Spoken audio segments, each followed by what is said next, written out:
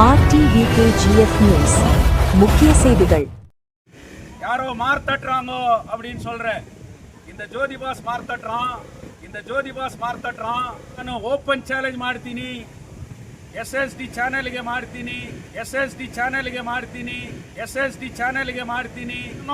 சமுதாயத்துக்கு விரோதமா செயல்பட்ட எந்த விதமான சட்ட நடவடிக்கை எடுக்கணும்ன்றது சட்டம் தெரிஞ்ச எனக்கு கூட தெரியும். சிவான்சி ரஜபூட் சாஹிபರಿಗೆ நான் ಬೇಡಿಕೆ ಇಡ್ತಾ ಇದ್ದೀನಿ. இது போன்ற முக்கிய செய்திகளை தெரிந்து கொள்ள RTVKGF நியூஸ் சேனலை லைக் அண்ட் சப்ஸ்கிரைப் செய்து கொள்ளுங்கள்.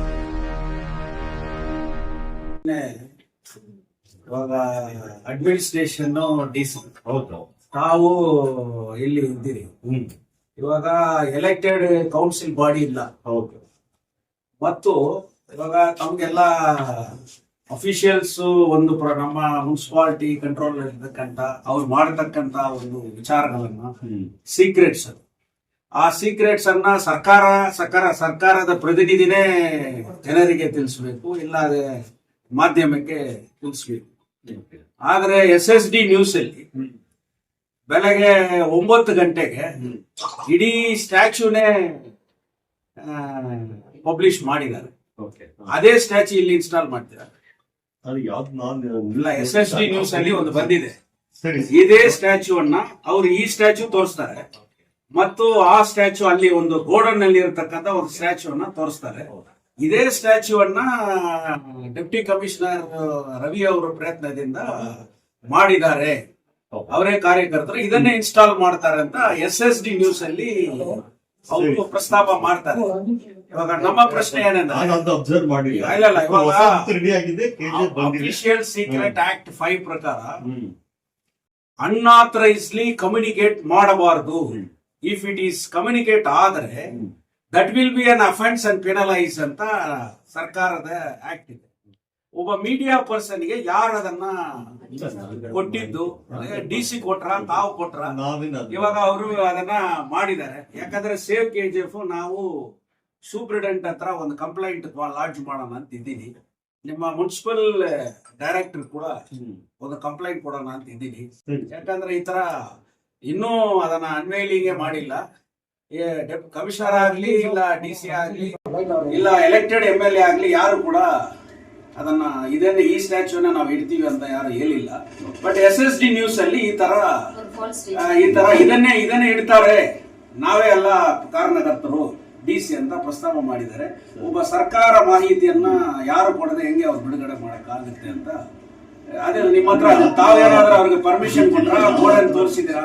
ಇಲ್ಲ, ಒಂದು ಪ್ರಶ್ನೆ ಏನಂದ್ರೆ, ನಗರಸಭೆ ಒಳಗಡೆ ಇರುವ ಒಂದು ಬಾಬಾ ಸಾಹೇಬ್ ಅಂಬೇಡ್ಕರ್ ಅವರ ಪ್ರತಿಮೆಯನ್ನು ಯಾರೋ ಒಬ್ಬ ಮೀಡಿಯಾದವನು ಒಳಗಡೆ ಬಂದು ಅದನ್ನ ಫೋಟೋ ತಗೊಂಡು ಇವತ್ತು ಇಡೀ KGF ಜನತೆಗೆ ಇದನ್ನು ನಮ್ಮ ಮುಖಾಂತರನೇ ಆಗಿದ್ದು, ಇದಕ್ಕೆ 5 ವರ್ಷ ನಾನೇ ಕಷ್ಟಪಟ್ಟಿದ್ದು, ಬೇರೆ ಯಾರು ಕಷ್ಟಪಟ್ಟಿಲ್ಲ, ಇದಕ್ಕೆ DCನೇ ಮುಖಾಂತರ ಅಂತ ಹೇಳ್ತಾನಂದ್ರೆ, ಅಲ್ಲಿ ನೀವು ಯಾವ ರೀತಿ ಅವನ್ನ ಒಳಗಡೆ ಬಿಟ್ಟು ಅದನ್ನ ನೀವು ಸ್ಟ್ಯಾಚ್ಯೂನ ಫೋಟೋ ತಗೊಳ್ಳಲ್ಲ?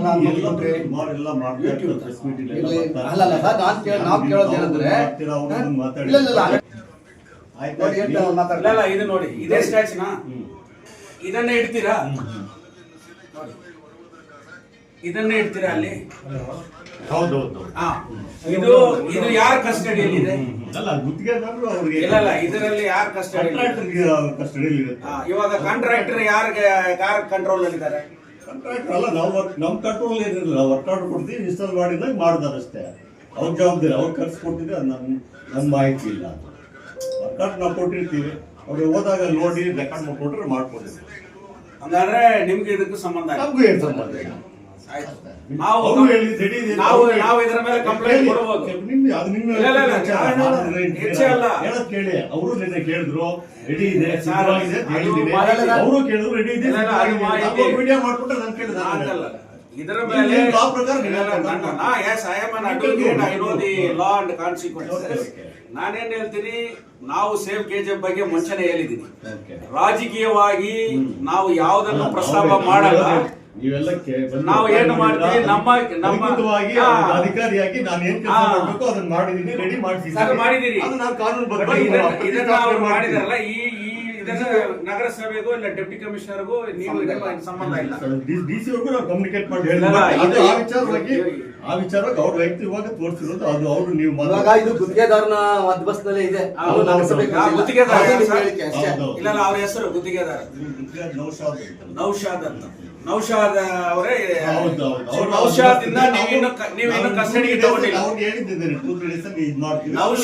ನೌಶಾದ್ ಇಂದ ನೀವು ಇನ್ನೂ ಕಸ್ಟಡಿಗೆ ತಗೊಂಡಿಲ್ಲ. ತಗೊಂಡಿಲ್ಲ, ಅಷ್ಟೇ. ಆಯ್ತು ನಾವು ತಗೊಂಡ್ವಿ. ಆಯ್ತಾಯ್ತು. ಇದು ಒಂದು. ಎರಡನೇದೇನೆಂದ್ರೆ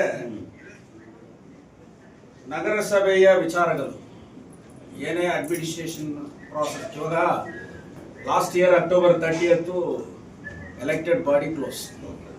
ಸೊ ಇಲ್ಲಿ ಒಳಗಡೆ ತಾವು ಏನ್ ತೀರ್ಮಾನ ಮಾಡ್ತೀರಿ, ಏನ್ ಜಾರಿ ಮಾಡ್ತೀರಿ ಅನ್ನೋದನ್ನ ಎಕ್ಸ್ ಆಫೀಸ್ ಬೇರರು ಇಲ್ಲ ಎಕ್ಸ್ ಪ್ರೆಸಿಡೆಂಟ್ ಬಂದು ನಿಂತುಕೊಂಡು ನಾವು ನಾಳೆ ಇದನ್ನೇ ಇಡ್ತೀವಿ ಅದನ್ನ ಇಡ್ತೀವಿ ಅಂತ ಹೇಳೋದಕ್ಕೆ ನೀವು ಏನಾದ್ರೂ ಅನುಮತಿ ಕೊಡ್ತಾ ಇದ್ದೀರಾ?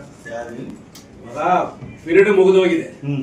ಒನ್ಸ್ ಪಿರಿಯಡ್ ಮುಗಿದು ಹೋದ ಮೇಲೆ ಅವರು ಇಲ್ಲಿ ಎಲೆಕ್ಟೆಡ್ ಕಮಿಟಿ ಮೆಂಬರ್ ಅಲ್ಲ, ಅವರು ಪ್ರೆಸಿಡೆಂಟ್ ಆಗಿರ್ಬೋದು ಇಲ್ಲ ಅವರು ಶಾಯಿ ಸಮಿತಿ ಆಗಿರ್ಬೋದು, ಯಾರಾಗಿರ್ಬೋದು. ಆದ್ರೆ ಅಂತ ವ್ಯಕ್ತಿಗೆ ಇವಾಗ 30/10/2025 ಇವತ್ತುವರೆಗೆ ನಿಮ್ಮ ಕಂಟ್ರೋಲ್ ಅಲ್ಲಿ ಡೆಪ್ಟಿ ಕಮಿಷನರ್ ಕಂಟ್ರೋಲ್ ಅಲ್ಲಿ ಇದೆ. ಈ ನಗರಸಭೆ ಏನ್ ತೀರ್ಮಾನ ಮಾಡಿದ್ರು, ಏನ್ ಜಾರಿ ಮಾಡಬೇಕಾದ್ರೂ ಆ ವಿಚಾರವನ್ನ ಪ್ರಸ್ತಾಪ ಮಾಡಬೇಕಾಗಿರೋರು ಯಾರು? ನಾವೇ ಮಾಡಬೇಕು. ಆ ವಿಚಾರವನ್ನ ಎಕ್ಸ್ ಸಾಯಿ ಸಮಿತಿ ಚೇರ್ಮನ್ ಹೇಳ್ತಾ ಇದಾರಲ್ಲ, ಅದಕ್ಕೆ ತಮ್ಮ ಅನುಮತಿ ಇದೆಯಾ? ಡೆಪ್ಟಿ ಕಮಿಷನರ್ ಅನುಮತಿ ಇದೆಯಾ? ಅಂತ ವ್ಯಕ್ತಿ ಮಾಹಿತಿಯನ್ನ ನಗರಸಭೆಯಲ್ಲಿ ಆಗಿರ್ತಕ್ಕಂಥ ಮಾಹಿತಿಯನ್ನ ಆಚೆ ಬಿಡ್ತಾರಲ್ಲ, ಅವ್ರ ಮೇಲೆ ಯಾಕೆ ನೀವು ಕಂಪ್ಲೇಂಟ್ ಕೊಡೋದಕ್ಕೆ ಸಿದ್ಧ ಆಗ್ತಾ ಇಲ್ಲ? ಅದ್ರ ಬಗ್ಗೆ ವಿಚಾರ ಮಾಡ್ತೀವಿ. ಬೆಳಗ್ಗೆ ಸ್ಟೇಟ್ಮೆಂಟ್ ಇದೆ ಇಲ್ಲಿ ಮುನ್ಸಿಪಾಲಿಟಿ ಮುಂದೆ 9ವರೆಗೆ ಎಲ್ಲ ನಿಂತ್ಕೊಂಡು ನಾವೇ ಹಿಡಿತೀವಿ, ಇದೆಲ್ಲ ಹಿಡಿತೀವಿ, ಶಾರ್ಟ್ಲಿ ಇದೀವಿ, ಪ್ರೋಟೋಕಾಲ್ ಪ್ರಕಾರ ಇಡ್ತೀವಿ ಅಂತೆಲ್ಲ ಅಫಿಷಿಯಲ್ ಸೀಕ್ರೆಟ್ಸ್ ಅನ್ನ ಎಲೆಕ್ಟೆಡ್ ಆಗಿ ಪೀರಿಯಡ್ ಮುಗಿದೋದಂತ ಒಬ್ಬ ವ್ಯಕ್ತಿ ಹೇಳೋದಕ್ಕೆ ನಗರಸಭೆ ಸೀಕ್ರೆಟ್ ಅನ್ನೋದೇನಿಲ್ಲ. ಅವ್ರ ಪೀರಿಯಡ್ ಅಲ್ಲಿ ಟೆಂಡರ್ ಆಗಿ ಅದೆಲ್ಲ ಹೇಳ್ಬೋದು. ಅದೆಲ್ಲ ಇರೋದು ಯಾವ ತೀರ್ಥ ಅಂತ ಹೇಳೋದಕ್ಕೆ ಅವ್ರಿಗೆ ಏನು ಅನುಕೂಲ ಇದೆ? ಮಾಹಿತಿ ನಿಮ್ಮ ಹತ್ರ ಕೂಡ ಇದೆ. ಅವರು ಆ ಇಂಟ್ರೆಸ್ಟ್ ಗುತ್ತಿಗೆದಾರ ಅಲ್ಲ ಕಮಿಷನರ್ ಅದು ಬರೋದು ಏನ್ ಗೊತ್ತಾ? ನಾವೇ ಇದನ್ನ ಉದ್ಘಾಟನೆ ಮಾಡ್ತೀವಿ, ನಾವೇ ಇಂಥದಿಂದ ಮಾಡ್ತೀವಿ ಅಂತ ಹೇಳೋ ಅಧಿಕಾರ ಯಾರು ಅವ್ರಿಗೆ ಅಧಿಕಾರ ಇದೆಯಾ? ಇದೆಯಾ ಅಧಿಕಾರ? ಇಲ್ಲ ಅದು ಯಾರು ಅಧಿಕಾರ ಇದೆಯಾ ಅಂತ ಅಡ್ಮಿನಿಸ್ಟ್ರೇಟರ್ ಅಪಾಯಿಂಟ್ ಆದ್ಮೇಲೆ ಅಧಿಕಾರ ಇದೆಯಾ? ಒಬ್ರು ಬಂದು ಹೇಳೋದಕ್ಕೆ. ಇವಾಗ ನಾನ್ ಬಂದು ಹೇಳಕ್ ಆಗಲ್ಲ, ಇನ್ನೊಬ್ರು ಬಂದು ಹೇಳಕ್ ಆಗಲ್ಲ. ಬಟ್ ತಾವೇ ಹೇಳ್ಬೇಕು, ಇಲ್ಲಾಂದ್ರೆ ಡೆಪ್ಟಿ ಕಮಿಷನರ್ ಹೇಳ್ಬೇಕು. MLA ಗೆ ಎಲ್ಲ ಅಧಿಕಾರ ಇದೆ. ಅವರು ಪ್ರಸ್ತಾಪ ಮಾಡಬಹುದು, ಈ ತರ ನಗರಸಭೆಲೆಲ್ಲ ಮಾಡಿದ್ದಾರೆ, ನಾನು ಇದೆಲ್ಲ ಮಾಡ್ತೀವಿ ಅಂತ ಹೇಳೋದಕ್ಕೆ ಅಧಿಕಾರ ಇದೆ. ಅವ್ರನ್ನ ಬಿಟ್ಟು ಬೇರೆಯವ್ರು ಬಂದು ಹೇಳ್ತಾ ಇದಾರಲ್ಲ, ಅವ್ರಿಗೆ ವ್ಯಕ್ತಿಗಳಿಗೆ ಅಧಿಕಾರ ಇದೆಯಾ ಅಂತ ಇಲ್ಲ. ಅದರಿಂದ ಈ ತರ ಎಲ್ಲ ವಿಚಾರಗಳು ಬರ್ತಾ ಇದೆ. ಇನ್ನು ಮುಂದೆ ಯಾವುದೂ ಕೂಡ ಆ ತರ ಆಗದಾಗೆ ತಾವು ಸ್ವಲ್ಪ ನೋಡ್ಕೋಬೇಕು. ನಮ್ದು ಬೇರೆ ಏನೋ ಇಂಟ್ರೆಸ್ಟ್ ಇಲ್ಲ ಸರ್, ಪರ್ಸನಲ್ ಇಂಟ್ರೆಸ್ಟ್ ಇಲ್ಲ, ಏನ್ ಇಂಟ್ರೆಸ್ಟ್ ಇಲ್ಲ. ಎಲ್ಲಾ ವಿಚಾರದಲ್ಲಿ ನಮ್ಮ ಸ್ಟ್ಯಾಚ್ಯೂ ಬರಬೇಕು ಅಷ್ಟೇ, ಸ್ಥಾಪನೆ ಮಾಡಬೇಕು. ತಮ್ಮ ಬಾಯಿಂದ ಆ ಸ್ಟ್ಯಾಚ್ಯೂ ರೆಡಿ ಆಗಿದೆಯಾ ಅಂತ ನಮ್ದು ಬೇಡಿಕೆ ಏನಂದ್ರೆ August 15th ಒಳಗಡೆ ಅದು ಮಾಡಿದ್ರೆ. ಎಲ್ಲರಿಗೂ ನಮಸ್ಕಾರ. ಸೇವ್ KGF ಯುನೈಟೆಡ್ ಫ್ರಂಟ್ ವತಿಯಿಂದ ನಿನ್ನೆ ಈವ್ನಿಂಗ್ ನಮ್ಮ ಎಲ್ಲ ಆಫೀಸ್ ಬೇರರ್ಸ್ ಮುಖಾಂತರ ನಗರಸಭೆಯಲ್ಲಿ ಇರ್ತಕ್ಕಂಥ ಬಾಬಾ ಸಾಹೇಬ್ ಅಂಬೇಡ್ಕರ್ ಸಿಮೆಂಟ್ ಸ್ಟ್ಯಾಚ್ಯೂವನ್ನ August 15th ಒಳಗೆ ಅದನ್ನ ಬ್ರಾಂಚ್ ಸ್ಟ್ಯಾಚ್ಯೂ ಆಗಿ ರೀಪ್ಲೇಸ್ ಮಾಡಬೇಕು. ಮಾಡಿಲ್ಲ ಅಂದ್ರೆ ದೊಡ್ಡ ಮಟ್ಟದಲ್ಲಿ ಹೋರಾಟ ಮಾಡುತ್ತೇವೆ ಅಂತ ನಾವು ನಿನ್ನೆ ಘೋಷಣೆ ಮಾಡಿದ್ದೇವೆ. ಅದೇ ರೀತಿಯಲ್ಲಿ ಇವತ್ತು 11 ಗಂಟೆಗೆ ನಾವು ರಾಬರ್ಟ್ಸನ್ಪೇಟ್ ಸಿಟಿ ಮುನ್ಸಿಪಲ್ ಕಮಿಷನರ್ನ ಭೇಟಿಯಾಗಿ, ಯಾಕಂದ್ರೆ ಡೆಪ್ಟಿ ಕಮಿಷನರ್ 31ನೇ ತಾರೀಕು ರಿಟೈರ್ಡ್ ಆಗ್ತಾರೆ, ಏನ್ ತೀರ್ಮಾನ ತಗೊಂಡಿದ್ದೀರಿ ಅಂತ ಕೇಳಬೇಕು. ಕೇಳಿ ಮತ್ತೆ ನಾವು ಹೋರಾಟಕ್ಕೆ ಸಿದ್ಧ ಆಗೋಣ ಅಂತ ನಾವು ಘೋಷಣೆ ಮಾಡಿದ ಮೇಲೆ ಬೆಳಗ್ಗೆ ಇವತ್ತು 9 ಗಂಟೆಗೆ ಯೂಟ್ಯೂಬ್ SSD ನ್ಯೂಸ್ ಚಾನೆಲ್ ಅಲ್ಲಿ ಬಾಬಾ ಸಾಹೇಬ್ ಅಂಬೇಡ್ಕರ್ ಅವರ ಬ್ರಾಂಚ್ ಸ್ಟ್ಯಾಚ್ಯೂ ಒಂದು ಗೋಡನ್ನಲ್ಲಿ ಇರೋದನ್ನ ಇಡೀ ಮೀಡಿಯಾನಲ್ಲಿ ಪಬ್ಲಿಷ್ ಮಾಡಿದ್ದಾರೆ. ಮೀಡಿಯಾನಲ್ಲಿ ಪಬ್ಲಿಷ್ ಮಾಡಿ ಇದಕ್ಕೆ ನಾವೇ ಕಾರಣಕರ್ತರು, ನಾವು ಇದನ್ನೇ ಮುನ್ಸಿಪಾಲಿಟಿಯಲ್ಲಿ ಅನ್ವೇಲಿಂಗ್ ಮಾಡ್ತಾರೆ, ಬೇರೆ ಯಾರು ಅಲ್ಲ ಅಂತ ದೊಡ್ಡ ಪ್ರಚಾರವನ್ನ ಅವರು ಮಾಡಿದ್ದಾರೆ. ಮೀಡಿಯಾ ಸ್ನೇಹಿತರು ಎಲ್ಲರೂ ನಮ್ಮ ಸ್ನೇಹಿತರೇ. ನಾವು ಸೇವ್ KGF ಯಾವತ್ತೂ ಕೂಡ ಅದು ಪ್ರಿಂಟ್ ಮೀಡಿಯಾ ಇರಲಿ, ಅದು ಎಲೆಕ್ಟ್ರಾನಿಕ್ ಮೀಡಿಯಾ ಇರಲಿ, ಮೀಡಿಯಾ ನಮ್ಮ ಮಿತ್ರರು, ಅವರಿಂದಾನೇ ಸೇವ್ KGFನ ಒಂದೊಂದು ವಿಚಾರಗಳು ಇವತ್ತು ಪಬ್ಲಿಷ್ ಆಗಿ ಸಾಲ್ವ್ ಆಗ್ತಾ ಇದೆ ಅಂದ್ರೆ ಅದಕ್ಕೆ ಸೋಷಿಯಲ್ ಮೀಡಿಯಾ ಮತ್ತು ಪ್ರಿಂಟ್ ಮೀಡಿಯಾನೇ ಕಾರಣ. ಆದರೆ ಕೆಲವೊಂದು ಇಂಥ ವ್ಯಕ್ತಿಗಳಿರ್ತಾರೆ, ನಾನು ಓಪನ್ ಚಾಲೆಂಜ್ ಮಾಡ್ತೀನಿ, SSD சேனலுக்கு மார்த்தினி யாரோ மார்த்தட்டுறாங்கோ அப்படின்னு சொல்றேன். ஜோதி பாஸ் மார்த்தட்டுறோம், சேவ் KGFல இங்க நின்றுக்கிறவங்க எல்லாம் மார்த்தட்டுறோம். நாங்க தான் இது காரணம். நாங்க நகரசபையில தீர்மானம் பண்ணி 2022ல தீர்மானம் பண்ணி 2024ல தீர்மானம் பண்ணி 5 வருஷம் ஆட்சியில இருந்த இந்த முனிசிபாலிட்டி சிலைய மாத்தல.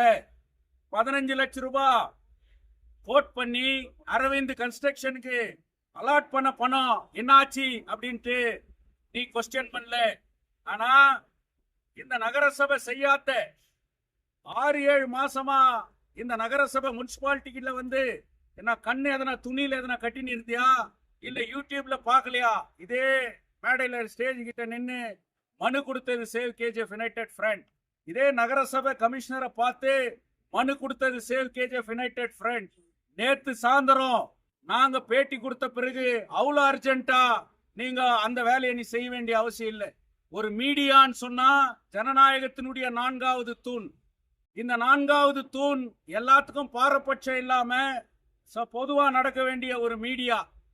நீங்க தனிப்பட்ட முறையில ஒரு அரசியல் காழ்ப்புணர்ச்சி மாதிரி, ஒரு அரசியல்வாதி மாதிரி பேசி அதை நீ வெளியிட்டுக்கிற. IT ஆக்ட் பிரகாரம் ஒரு சோசியல் மீடியா யாருக்கு பர்மிஷன் கொடுக்கணும், எந்த மாதிரி நியூஸை பப்ளிஷ் பண்ணணும், அவர் எப்படி செயல்படணும், சமுதாயத்துக்கு விரோதமா செயல்பட்டா எந்த விதமான சட்ட நடவடிக்கை எடுக்கணும்ன்றது சட்டம் தெரிஞ்ச எனக்கு கூட தெரியும்.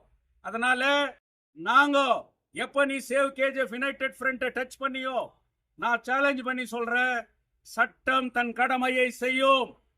இந்த உன்னுடைய சோசியல் மீடியால வெளிவந்திருக்கிற அந்த தகவல் ಸನ್ಮಾನ್ಯ Shri superintendent of police Shri Shivanshu Rajput ಸಾಹೇಬರಿಗೆ ನಾನು ಬೇಡಿಕೆ ಇಡ್ತಾ ಇದ್ದೀನಿ.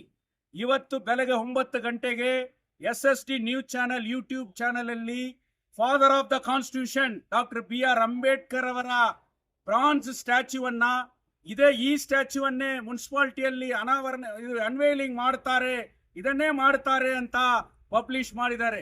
ಒಂದು ಸ್ಟ್ಯಾಚ್ಯೂವನ್ನ ಇಡುವುದಕ್ಕೆ ಮುಂಚೆ ಒಬ್ಬ ನ್ಯಾಷನಲ್ ಫಿಗರ್ ಕಾನ್ಸ್ಟಿಟ್ಯೂಷನ್ ಆಫ್ ಫಾದರ್ಗೆ ಎಷ್ಟು ಮರ್ಯಾದೆ ಕೊಡಬೇಕು, ಆ ಸ್ಟ್ಯಾಚ್ಯೂವನ್ನ ಯಾರು ನೋಡಬಾರದು, ಬಟ್ಟೆ ಸುತ್ತಿ ಇಟ್ಟಿರಬೇಕು. ಅದನ್ನ ಯಾರು ಅನ್ವೇಲಿಂಗ್ ಮಾಡ್ತಾರೋ ಆಮೇಲೆನೆ ಅದನ್ನ ಸಮಾಜದಲ್ಲಿ ನೋಡಬೇಕು. This is the procedure to unveiling the statue. ಇದನ್ನ ವೈಲೇಟ್ ಮಾಡಿದ್ದಾರೆ, ಇದನ್ನೇ ಹಿಡಿತೀವಿ ಅಂತ ಹೇಳಿದ್ದಾರೆ. ಅದನ್ನೇ ನಾವು ಕಮಿಷನರ್ ಸಾಹೇಬರಿಗೆ ಭೇಟಿ ಮಾಡಿ ಇದಕ್ಕೆ, ಯಾಕಂದ್ರೆ ಈ ಮುನ್ಸಿಪಾಲಿಟಿ ಡಿಸಾಲ್ವ್ ಆಗಿ 30/10/2025 ಇಂದ ಇಲ್ಲಿ ಎಲೆಕ್ಟೆಡ್ ಬಾಡಿ ಯಾರು ಇಲ್ಲ. ಈ ಎಲೆಕ್ಟೆಡ್ ಬಾಡಿ ಮುನ್ಸಿಪಾಲಿಟಿ ಬಗ್ಗೆ, ಅದರ ತೀರ್ಮಾನಗಳ ಬಗ್ಗೆ ಮಾತಾಡೋದಕ್ಕೆ ಯಾವುದೇ ಅಧಿಕಾರ, ರೈಟ್ಸ್ ಇಲ್ಲ. ಆದ್ರೆ ಇವತ್ತು ಡೆಪ್ಟಿ ಕಮಿಷನರ್ ಪರ್ಮಿಷನ್ ಕೊಟ್ರ, ಇಲ್ಲ ಕಮಿಷನರ್ ಯಾರಾದ್ರೂ ಪರ್ಮಿಷನ್ ಕೊಟ್ರ, ಇಲ್ಲ ಈ ಕ್ಷೇತ್ರದ ಶಾಸಕರು ಏನಾದರೂ ಪರ್ಮಿಷನ್ ಕೊಟ್ರ ಅಂತ ನಾವು ಅವರಿಗೆ ಕೇಳಿದ್ದೇವೆ. ಅವ್ರು ಹೇಳಿದ್ರು ನಾವು ಯಾರು ಕೂಡ ಪರ್ಮಿಷನ್ ಕೊಟ್ಟಿಲ್ಲ, ಅದು ಗುತ್ತಿಗೆದಾರ ನೌಷದ್ ಅನ್ನೋನು ಶೆಡ್ ಅಲ್ಲಿ ಇದೆ, ಅದರಿಂದ ಅವನು ಇನ್ನೂ ನಮ್ಮೇ ಹ್ಯಾಂಡ್ ಓವರ್ ಮಾಡಿಲ್ಲ ಅಂತ ಅವ್ರು ಹೇಳ್ತಾರೆ. ಒಬ್ಬ ಹ್ಯಾಂಡ್ ಓವರ್ ಮಾಡಿಲ್ಲ ಅಂತ ಹೇಳಿದಾಗ ಅದರಿಂದ ನೌಷದ್ ಹೇಳ್ತೀನಿ, ನಿನ್ನ ಗೋಡನ್ ನಿನ್ನ ಕಸ್ಟಡಿಯಲ್ಲಿತ್ತು, ಒಂದು ಸರ್ಕಾರ ನಿಮ್ಮನ್ನ ನಂಬಿ ನಿಮ್ಮ ಹತ್ರ ಕೊಟ್ಟಿರ್ತಕ್ಕಂಥ ಕಾಂಟ್ರಾಕ್ಟ್ ಅನ್ನ ನೀನು ವೈಲೇಟ್ ಮಾಡಿದ್ಯಾ. ಆದ್ರಿಂದ ಡೆಪ್ಟಿ ಸೂಪ್ರಿಡೆಂಟ್ ಆಫ್ ಪೊಲೀಸ್ ಸನ್ಮಾನ್ಯ ಶ್ರೀ ರಜಪೂತ್ ಅವರು ಇದರ ಮೇಲೆ ಕಾನೂನು ಕ್ರಮ ತಗೋಬೇಕು. Save KGF United front complaint ಕೊಡ್ತೇವೆ, ಅದರ ಮೇಲೆ ತಾವು ಆಕ್ಷನ್ ತಗೋಬೇಕು ಎಗೇನ್ಸ್ಟ್ ದ ಮೀಡಿಯಾ ಅಂಡ್ ಅದನ್ನ ಯಾರು ಪಬ್ಲಿಷ್ ಮಾಡಿದರೋ SST ನ್ಯೂಸ್ ಚಾನೆಲ್ ಮೇಲೆ ತಾವು ಕ್ರಮ ತಗೋಬೇಕು ಮತ್ತು ಆ ಗುತ್ತಿಗೆದಾರನ ಮೇಲೆ ಕ್ರಮ ಬೇಕು. ಡೆಪ್ಟಿ ಕಮಿಷನರ್ ಮತ್ತು ಕಮಿಷನರ್ನ ವಿಚಾರಣೆ ಮಾಡಬೇಕು, ಇದು ಯಾವ ರೀತಿಯಲ್ಲಿ ಬಂದಿತ್ತಂತ. ಇನ್ನೊಂದು ವಿಚಾರಣವನ್ನು ಹೇಳಿದ್ದೇನೆ, ಇಲ್ಲಿ ಬೆಳಗ್ಗೆ ಯಾರೋ ಒಬ್ರು ಮೀಡಿಯಾ ಸ್ಟೇಟ್ಮೆಂಟ್ ಕೊಡ್ತಾ ಇದ್ದಾರೆ, ಅವರಿಗೆ ಹೇಳ್ತೀನಿ, ಯಾರ್ಯಾರೋ ಇದು பண்ணிக்கிறாங்கன்ட்டு, நீ KDA சேர்மன், இது standing committee chairman, municipality chairman. Municipality act நல்லா தெரியும்னு நினைக்கிறேன் நான். ஒரு அட்மினிஸ்ட்ரேட்டர் அப்பாயிண்ட் பண்ண பிறகு இந்த எலெக்டடு எக்ஸுங்களுக்கு இங்க எங்க வேலையும் கிடையாது. ஆனா இந்த விஷயத்தை வெளியிடணும், இந்த நிகழ்ச்சியை வெளியிடணும், இல்ல முனிசிபாலிட்டி தகவல்களை வெளியிடணும், அரசு வெளியிடணும், யாருக்கு அதிகாரம் இருக்குது அப்படின்னு சொன்னா கமிஷனருக்கு இது, டெப்டி கமிஷனருக்கு இது, இந்த ஊர் எம்எல்ஏவுக்கு. இவங்க 3 பேரும் பேசாத விஷயத்த நீங்க பேசுறீங்க. இது கூட முனிசிபாலிட்டி ஆக்ட் பிரகாரம் வயலேஷன் தான். நாங்க கம்ப்ளைண்ட் கொடுக்குறோம், டைரக்டர் ஆஃப் முனிசிபாலிட்டிக்கு நாங்க கம்ப்ளைண்ட் கொடுக்குறோம். இந்த கேஜிஎஃப் ராபர்ட்சன் பேட் முனிசிபாலிட்டியில கேப்பார் மேப்பார் இல்லாத நிலைமை இருக்குது. அதனால நீங்க இன்டர்வியூ ஆகணும், நீங்க பண்ணணும்னு சொல்லிட்டு நாங்க அதையும் நாங்க நடக்கிறோம். இது தொடருமே ஆனால் சேவ் கேஜிஎஃப் யுனைடெட் ஃப்ரண்ட் சாதாரண அமைப்பு அல்ல, பல அரசியல் கட்சிகளை சேர்ந்த அமைப்பு, பல போராட்டங்களை கலை கண்ட அமைப்பு. இதுக்கு எந்த பூச்சாண்டிக்கோ இல்ல இதுக்கு அதுக்கெல்லாம் இல்ல, எல்லா அனுபவம் பெற்ற ஒரு அமைப்பு. அதனால கூடிய சீக்கிரம் அந்த புல் மார்க்கெட் உடைக்கிறதுக்கு காரணம் நீதான், எக்ஸ் ஸ்டாண்டிங் கமிட்டி சேர்மன் தான். அதனால சட்டம் தன் கடமையை செய்யும், சேவ் கேஜிஎஃப் தன் கடமையை செய்யும், இந்த ஊரினுடைய சொத்துக்களை பாதுகாப்போம் என்று சொல்லி இந்த சிலை கமிஷனர் சொல்லிக்கிறாரு, ரெடி ஆயிட்டு எடுத்துன்னு வந்து வச்சுட்டு இருக்கிறோம். சந்தோஷம். அதுக்காக நாங்க தான் சாதனையை நாங்க சொல்லல, முயற்சிகள் எடுத்தோம், முயற்சிகள் ஈடேறி இருக்கிறது. அதுக்கு கமிஷனருக்கு நன்றி. 15th இந்த சிலை அமைக்கப்படணும். இல்லனா 15th save KGF United front மிகப்பெரிய போராட்டம். அது கர்நாடக மாநில அரசே திரும்பி பார்க்கும். அந்த போராட்டத்தை நடத்தி காட்டுவோம் என்று சொல்லி, இது பிரான்ஸ் சிலை, இது 2வது சிலை. முதல் சிலை சிவராஜ் நகர், 3வது சிலை சிவராஜ் நகர்ல ஒரு சிலை, கமல் ஃபேக்டரி முன்னாடி இருந்தது இன்னொரு சிலை, இது 3வது சிலை. இந்த வரலாறு தெரியாத கூட நின்று பேசுறாங்க. அதனால நான் யாரையும் காழ்ப்புணர்ச்சி பண்ணல. சேவ் கேஜிஎஃப் சீண்டாத, சேவ் கேஜிஎஃப் தன் கடமையை செய்யும். இந்த மண்ணின் மீது அக்கறையோடு நாங்கள் செயற்படுகிறோம். நீங்கள் மீறி எங்களை வம்புக்கு இழுப்பீர்களே ஆனால் எல்லா அனுபவம் பெற்றவனே நான் எல்லாத்துக்கும் தயார் என்பதை தெரிவித்தேன்.